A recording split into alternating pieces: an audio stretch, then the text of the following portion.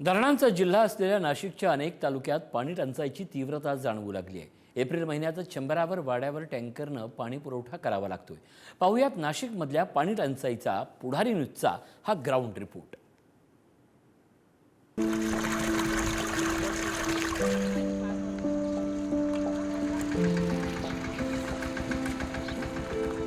ही दृश्य आहेत येवल्यातली। नाशिक जिल्ह्याच्या ग्रामीण भागात पाणी टंचाई किती तीव्र झालीये हे या दृश्यांवरून लक्षात येईल। हंडाभर पाण्यासाठी या बाया बापड्यांना दिवसभर टँकरची वाट पाहावी लागते। नाशिकचा काही ग्रामीण भाग असा तहानलेला आहे आणि एप्रिल पासूनच टँकरच्या पाण्यावर तहान भागवतोय। जिल्ह्यात सर्वाधिक टँकर मंत्री छगन भुजबळ यांच्या येवला मतदारसंघात सुरू आहेत। नाशिकच्या 7 तालुक्यांमध्ये 52 टँकर्स मार्फत पाणी पुरवठा सुरू करण्यात आलाय। 46 गावं आणि 103 वाड्यांवर सध्या टँकरने पाणी पुरवठा केला जातोय।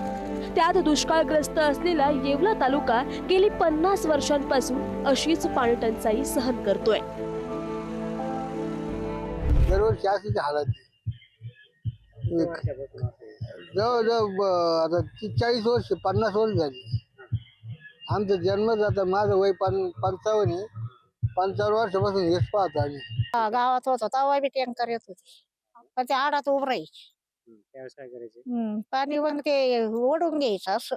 मग ते दरवाजा पाण्याची गरज आहे, पण मग ते कधी येतं नाही टँकर असं। पाण्याची खूप टंचाई आहे आणि काही गावामध्ये जर पाणीच नाही 2 महिन्यापूर्वीपासून पाण्याची टंचाई आहे आणि काही गावाला पाणी आता महिन्यापासून बरं आहे। 3ऱ्या आणि 4थ्या दिवशी येतं टँकरनं। माझ्या लग्नाला 6 वर्ष झालं, तशी पाणी नाही आम्हाला। उन्हाळ्यामध्ये पाणी राहत नाही, रोज पाणी यावं असं काहीतरी करावा।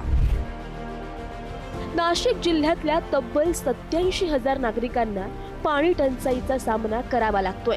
त्यात येवल्यात सर्वाधिक 19 टँकर, जिथं भरपूर पाऊस पडतो त्या इगतपुरीत 11 टँकर, मालेगावात 9 आणि सिन्नरमध्ये 5 टँकरने पाणी पुरवठा सुरू आहे। पाणी टंचाईची सर्वाधिक झळ दुष्काळी तालुका असलेल्या येवल्यात बसलीये। येवला तालुक्यात 13 गावे आणि 8 वाड्यांमध्ये मिळून 13 टँकर सुरू होते, परंतु मागील आठवड्यामध्ये टँकरची संख्या जी आहे 19 पर्यंत वाढलेली आहे। त्याच्यामध्ये 23 गावे आहेत आणि 8 वाड्या आहेत आणि एकूण 32 खेपा ज्या आहेत त्या मंजूर करण्यात आलेल्या आहेत आणि भविष्यामध्ये यामध्ये आणखीन वाढ होऊ शकते। पाण्याच्या दुर्भिक्षावर उपाययोजना म्हणून प्रशासनानं जिल्ह्यातल्या 19 विहिरी अधिग्रहित केल्या आहेत। या विहिरींमधील पाणी टँकरमधून टंचाई असलेल्या गावात पोहोचवलं जात आहे। उन्हाळ्याचा मे आणि जून महिना अजून बाकी आहे।